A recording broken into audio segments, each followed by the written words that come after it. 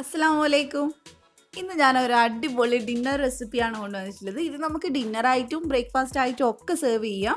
ഇത് നമുക്ക് പ്രത്യേക കറിയൊന്നും വേണ്ട. ഒരുവിധം എല്ലാവരും ഉണ്ടാക്കുന്നതായിരിക്കും. ആലു പറാത്ത എന്ന് പറഞ്ഞിട്ട് ഇതൊരു നോർത്ത് ഇന്ത്യൻ വിഭവമാണ്. ഇപ്പോൾ നമ്മുടെ കേരളത്തിലൊക്കെ ഒരുപാട് പേര് മിക്കപ്പോഴും ഉണ്ടാക്കാറുള്ളതാണ്. ഇതിൻ്റെ ഉള്ളിൽ പൊട്ടാറ്റോ ആണ്, നമ്മുടെ ഉരുളക്കിഴങ്ങാണ് ഫില്ല് ചെയ്തിട്ടുള്ളത്. അതുകൊണ്ട് തന്നെ നമുക്ക് കറിയുടെ ഒരു ആവശ്യമില്ല.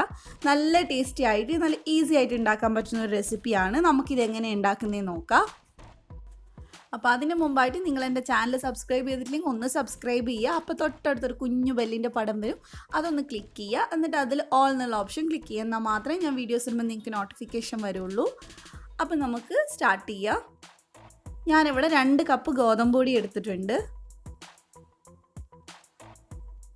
അതിനകത്തോട്ട് നമുക്ക് ഒരു 2 ടേബിൾ സ്പൂൺ ഓയിൽ ഒഴിച്ചു കൊടുക്കുക. ഞാൻ സൺഫ്ലവർ ഓയിലാണ് എടുത്തിട്ടുള്ളത്.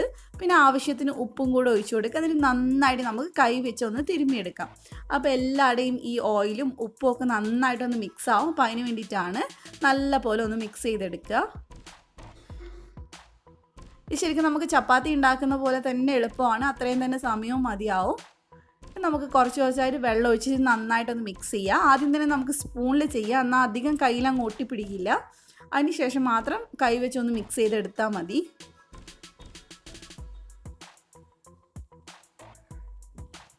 ഇനി ഇത് കൈ വെച്ച് നമുക്ക് നല്ല സോഫ്റ്റ് ആവണ വരെ ഒന്ന് കുഴച്ചെടുക്കണം. എന്നാൽ മാത്രമേ ഇത് നന്നായിട്ട് കിട്ടുള്ളൂ. അപ്പോൾ നല്ല സോഫ്റ്റ് ആവണ വരെ കുറച്ച് നേരം ഒന്ന് കുഴച്ചെടുക്കുക.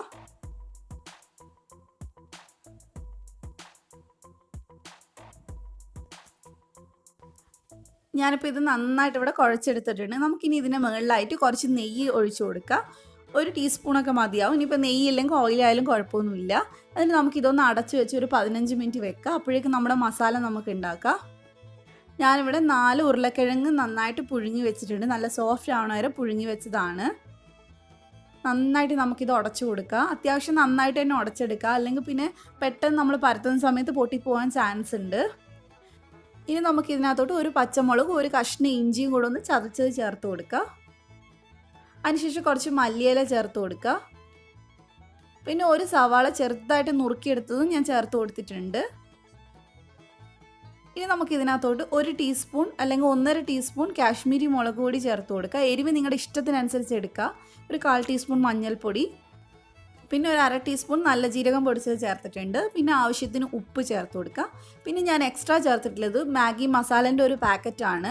നിങ്ങൾക്ക് അതുപോലെ തന്നെ മാഗീൻ്റെ ക്യൂബ്സ് എന്ത് വേണേലും ചേർക്കാം. ഇനിയിപ്പോൾ അത് ഇല്ലെങ്കിൽ ഒരു കുഴപ്പമൊന്നുമില്ല. എൻ്റെ കയ്യിൽ ഉള്ളത് കൊണ്ട് ഞാൻ ചേർത്തന്നേ ഉള്ളൂ. ഇതൊരു സ്പെഷ്യൽ ടേസ്റ്റ് തരും നമ്മുടെ മസാലയ്ക്ക്. അപ്പോൾ ഉണ്ടെങ്കിൽ മാത്രം ചേർത്താൽ മതി. ഇനി ഇത് നന്നായിട്ട് നമുക്ക് കൈവച്ചൊന്ന് മിക്സ് ചെയ്തെടുക്കാം. എല്ലാവരുടെയും മസാലയൊക്കെ നല്ല പോലെ പിടിക്കണം, എന്നാൽ മാത്രമേ ശരിയാവുള്ളൂ. കാരണം നമ്മളിത് എക്സ്ട്രാ നമ്മൾ വഴച്ചെടുക്കുക ഒന്നും ചെയ്യുന്നില്ല. ഇതേപോലെ തന്നെ നമ്മൾ ഫില്ലിങ് വെക്കുകയാണ് ചെയ്യുന്നത്. അപ്പോൾ നല്ല പോലെ മിക്സ് ചെയ്തെടുക്കുക. അപ്പോൾ നമ്മുടെ ഫില്ലിങ് ഇവിടെ റെഡിയായി. ഇനി നമുക്ക് നമ്മുടെ ചപ്പാത്തി മാവ് എന്തായി നോക്കാം. ഇപ്പോൾ ഒരു 15 മിനിറ്റൊക്കെ ആയി ഏകദേശം. അപ്പോൾ ഇത് നല്ല പോലെ സോഫ്റ്റായി വന്നിട്ടുണ്ട്. ഇനി നമുക്ക് ഇതിൽ നിന്ന് ഓരോ ഉരുളയാക്കിയിട്ട് എടുക്കാം. നമ്മൾ സാധാരണ ചപ്പാത്തിക്ക് എടുക്കുന്നതിനേക്കാൾ ഇച്ചിരി വലുപ്പമുള്ള ഉരുള എടുക്കണം. കാരണം നമുക്ക് മസാല ഫില്ല് ചെയ്യാനുള്ളതല്ലേ. അപ്പോൾ ഇച്ചിരിയും കൂടെ വലിയൊരു ഉരുളയാക്കി എടുക്കുക. ഇതുപോലെ ക്രാക്കൊന്നും ഇല്ലാതെ നല്ല അടിപൊളിയായിട്ട് ഉരുട്ടിയെടുക്കുക. നമ്മൾ പൊറോട്ടക്കൊക്കെ ചെയ്യുന്ന പോലെ ഇതുപോലെ ഇങ്ങനെ പിടിച്ചിട്ട് കട്ട് ചെയ്തെടുത്താൽ മതി.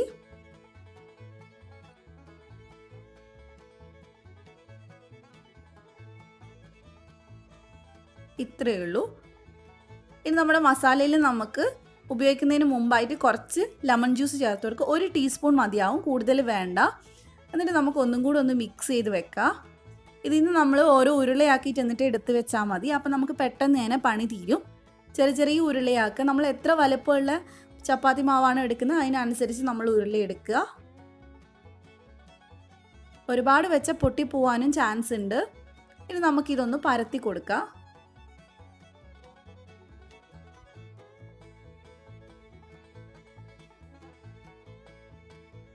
ഒരുപാട് വട്ടത്തിൽ പരത്തണ്ട, കാരണം നമുക്ക് മസാല ഫില്ല് ചെയ്യാനുള്ളതാണ്. അപ്പോൾ ഏകദേശം ഒന്ന് ചെറുതായിട്ടൊന്ന് പരത്തിയിട്ട് നമുക്കിതിൻ്റെ നടുക്ക് മസാല വെച്ച് കൊടുക്കാം. എന്നിട്ട് നമുക്ക് ഇതുപോലെ ഒന്ന് ചുരുട്ടിയെടുക്കണം.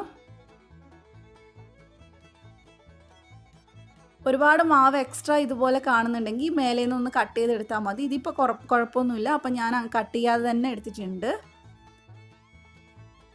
ഇനി നമുക്കിതൊന്ന് പരത്തിയെടുക്കാം. ഇനി പരത്തുമ്പോൾ നമ്മൾ നല്ലപോലെ സൂക്ഷിക്കണം, കാരണം എന്തായാലും പൊട്ടാൻ ചാൻസ് ഉണ്ട് ഉള്ളിൽ മസാല ഉള്ളതുകൊണ്ട്. അപ്പോൾ നല്ല സോഫ്റ്റായിട്ട് പരത്തിയെടുക്കാൻ നോക്കുക.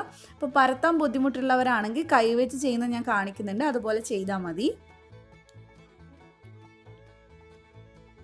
ഇപ്പോൾ ഇതിവിടെ റെഡി ആയിട്ടുണ്ട്. ഏകദേശം സൈഡിൽ നിന്നൊക്കെ പൊട്ടി വരുന്ന സമയമാകുമ്പോൾ അത് നിർത്തിയാൽ മതി. ഇതേപോലെ തന്നെ ബാക്കിയുള്ള ഒന്ന് നമുക്ക് ഉരുട്ടിയെടുക്കാം.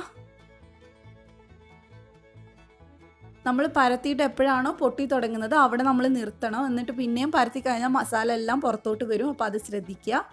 ഇതുപോലെ കൈവച്ച് നമുക്ക് നന്നായിട്ട് പരത്തിയെടുക്കാൻ പറ്റും. ഒരുപാട് അങ്ങ് പ്രസ് ചെയ്യണ്ട. അപ്പോൾ ഇതും ഇവിടെ റെഡി ആയിട്ടുണ്ട്. നമുക്കിനി ഇത് ചുട്ടെടുക്കാം.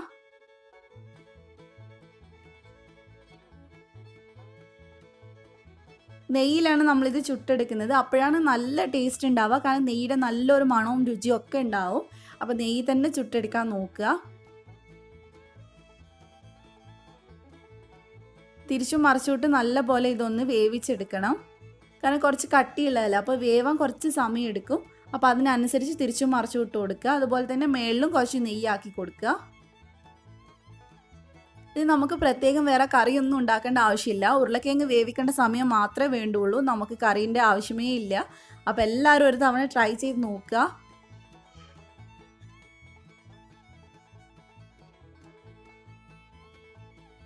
ഇത് നമ്മുടെ ചപ്പാത്തി പോലെ പൊങ്ങി വരുമൊന്നുമില്ല, കാരണം നമ്മൾ ഉള്ളിൽ ഫില്ലിംഗ് വെച്ചിട്ടല്ലേ ഉള്ളത്. അപ്പോൾ ഇത്രയേ ഉള്ളൂ. ഇതിവിടെ റെഡി ആയിട്ടുണ്ട്. നല്ല ടേസ്റ്റി ആയിട്ടുള്ള ഒരു ആലു പറാത്തയാണ്. എല്ലാവരും ട്രൈ ചെയ്ത് നോക്കുക. ഇതേപോലെ തന്നെ ബാക്കിയുള്ളൊക്കെ അങ്ങ് ചുട്ടെടുത്താൽ മതി. ഇനി ഞാനിതൊന്ന് പൊട്ടിച്ച് കാണിക്കാം, ഇതിൻ്റെ ഉള്ളിൽ ഫില്ലിംഗ് എങ്ങനെയാണ് ഉള്ളതെന്നുള്ളത്. കണ്ടോ, കട്ട് ചെയ്യുമ്പോൾ തന്നെ നമുക്ക് ഉള്ളിൽ നിറയെ ഉരുളക്കിഴങ്ങിൻ്റെ ഫില്ലിംഗ് കാണാൻ പറ്റും. അതുകൊണ്ട് നമുക്ക് കറിയുടെ ഒരാവശ്യമില്ല. പക്ഷേ ഇതിൻ്റെ കൂടെ ടൊമാറ്റോ സോസ് ഉണ്ടെങ്കിൽ പിന്നെ പറയേണ്ട, അടിപൊളി ടേസ്റ്റാണ്. ഞാനിത് സാധാരണ ടൊമാറ്റോ സോസിൻ്റെ കൂടെയാണ് കഴിക്കാറുള്ളത്. നല്ല കോമ്പിനേഷനാണ് ആലു പറാത്തയും ടൊമാറ്റോ സോസും. അപ്പോൾ നിങ്ങളും അതുപോലെ കഴിച്ച് നോക്കുക. അപ്പോൾ നിങ്ങൾക്ക് എൻ്റെ റെസിപ്പി ഇഷ്ടപ്പെട്ടിട്ടുണ്ടാകുമെന്ന് വിചാരിക്കുന്നു. ഇഷ്ടപ്പെട്ടിട്ടുണ്ടെങ്കിൽ പെട്ടെന്ന് തന്നെ ട്രൈ ചെയ്യുക. അതുപോലെ തന്നെ എൻ്റെ വീഡിയോ ഒന്ന് ലൈക്ക് ചെയ്യുക. നിങ്ങൾ സബ്സ്ക്രൈബ് ചെയ്തിട്ടില്ലെങ്കിൽ അതും കൂടെ ഒന്ന് ചെയ്യുക. അപ്പോൾ മറ്റൊരു റെസിപ്പിയായിട്ട് നമുക്ക് വീണ്ടും കാണാം ഇൻഷാ അല്ലാ. Thank you for watching.